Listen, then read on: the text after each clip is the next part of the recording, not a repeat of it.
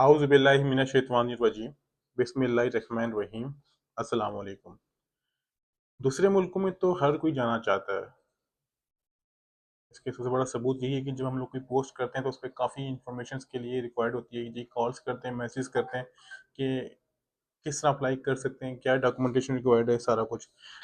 आज मैं आपको बताऊंगा कि इसका प्रोसेस क्या होगा, कि अगर आप लोग वीज़ा अप्लाई करना चाह रहे हैं किसी भी कंट्री का, तो आप उसके लिए किस तरह ऐसा प्रोसेस करेंगे जिससे अगर आप किसी भी कंट्री का वीज़ा अप्लाई करेंगे तो आपके चांसेस ज़्यादा से ज़्यादा हो जाएंगे। मैं ये नहीं कहता कि एश्योरिटी पे आपको वीज़ा हो जाएगा, ऐसा नहीं है।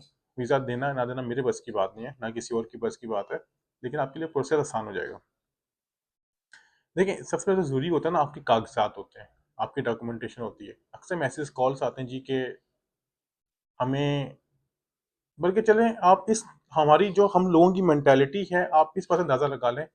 लोग हमें कॉल्स करके ये भी कहते हैं जी, क्या स्टडी वीज़ा अवेलेबल है? आप इस बात से अंदाज़ा लगा लें हमारे पास शऊर कितना है कि एक क्वालिफाइड बंदा, जिसको कम से कम अगर किसी किसी और मुल्क में तालीम के लिए जाना है तो उसके पास एजुकेशन होना ज़रूरी है, डॉक्यूमेंटेशन, वो भी कहता है फ़ोन करके, भाईजान क्या स्टडी वीज़ा अवेलेबल है? बहरहाल आपको बाद में क्लियर कर दूं कि वीज़े किसी के पास अवेलेबल नहीं होते। ये कोई गल्फ कंट्रीज नहीं है, सऊदीया, दुबई, कुवैत, ओमान, बहरीन नहीं है। आपको कोई एजेंसीज वाले वीज़ा दे देंगे, सिर्फ ड्राइवरबाजी होती है। बहरहाल ये हम लोग किसी और चैप्टर में बात करेंगे। अभी हम लोग जो हमारा एक बैरियर से वापस आते हैं कि प्रोसेस क्या होगा। आपको सबसे पहले अपने डॉक्यूमेंटेशन रेडी करने पड़ेंगे। डॉक्यूमेंटेशन तो आपको आती है, दो चीज़ें होती हैं, एक कि आप नौकरी कर रहे हो या फिर कहीं कारोबार कर रहे हो। इनमें से आपका एक कोई डॉक्यूमेंटेशन ज़रूरी है। अगर कारोबार कर रहे हैं तो आपके पास चैम्बर के कार्ड, टैक्स का active filer form, letter head, जो नेसेसरी डॉक्यूमेंटेशन है वो ज़रूरी है। अगर आप नौकरी कर रहे हैं तो आपके पास अगर सैलरी स्लिप्स हैं तो गुड, नहीं तो कोई नेसेसरी नहीं, लेकिन आपका जॉब लेटर होना ज़रूरी है ताकि ये वेरीफाई हो सके बंदा फलान जगह नौकरी कर रहा है। तो आप कोशिश करें जो आपके पैसे हैं वो अकाउंट में ही ट्रांसफ़र हो डायरेक्टली, कैश इन हैंड ना हो।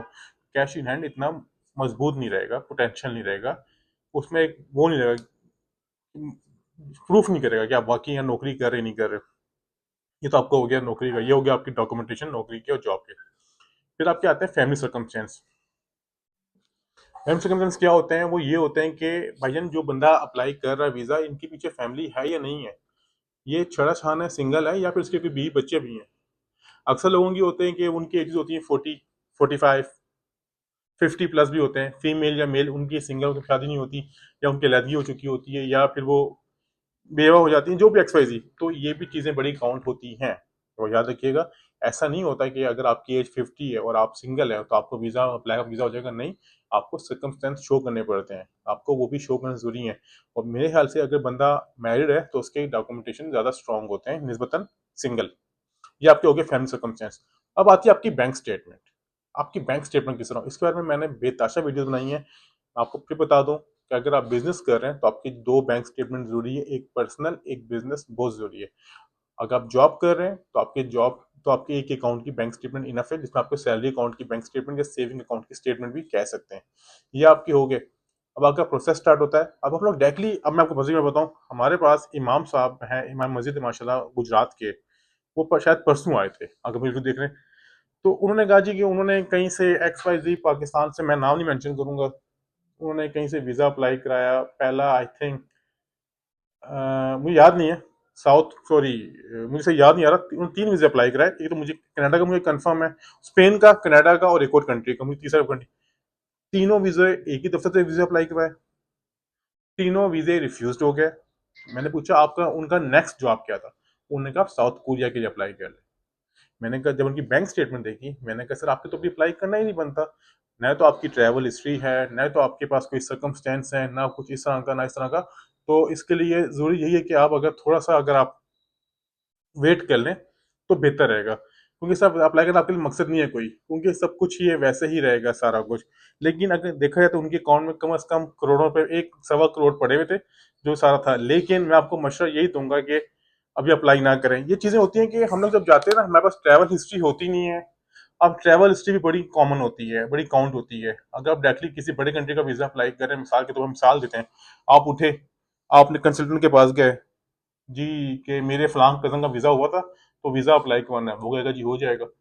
उसने आप पे अपना एतबार बना लिया है। एक बार याद रखिएगा, एतबार बन गया है, और एतबार के बाद आपको आपकी अपनी एक प्रमोशन के तहत आपको यूटिलाइज कर रहा है, इस्तेमाल कर रहा है। न तो आपकी ट्रैवल हिस्ट्री है, न तो आपके सर्कमस्टेंस फैमिली के साथ है, न तो आपकी बैंक स्टेटमेंट इतनी स्ट्रांग है, सारा कुछ, तो आपको वीजा अप्लाई करा देगा। ऑब्वियसली वीजा रिफ्यूज ही होगा। बहुत रेयर चांस है कि वीजा लग जाए, लेकिन ज्यादा चांसेस वीजा रिफ्यूज होने के ही होते हैं। तो इन सब बातों का मकसद ये है कि जो प्रोसेस है वो आपका इतना आसान नहीं है जितना आसान हमने समझ लिया। अक्सर हमारे ऑफिस में बंदे आते हैं, मैं आपको मजे की बात बताऊं, शायद मुझे बात करनी चाहिए या नहीं करनी चाहिए, हमने कल एक फीस वापस की है अपनी फीमेल क्लाइंट को। ये बात मुझे शायद नेगेटिव जाएगी, लेकिन ये रियलिटी है। हुआ इस तरह, परसों हमें पेमेंट आती है इस्लामाबाद की फीमेल क्लाइंट की तकरीबन 2-3 बजे, और वो हमें उस दिन भी मैसेज करना शुरू कर देती हैं पूरा दिन, और सुबह अर्ली इन द मॉर्निंग भी मैसेज करना शुरू कर देती हैं, कॉल्स, ये सारा कुछ। हमने कहा मिस, आप फीस हमसे रिफंड ले लें, हम लोग किस तरह जल्दबाजी में काम नहीं कर सकते। जल्दबाजी से मुराद मेरी है कि आपके पैसे लिए, आपको काम करके दे दिया, जान छुड़ाई नहीं। हम लोग एक एक चीज देखते हैं डीपली कि इसमें क्या है क्या नहीं।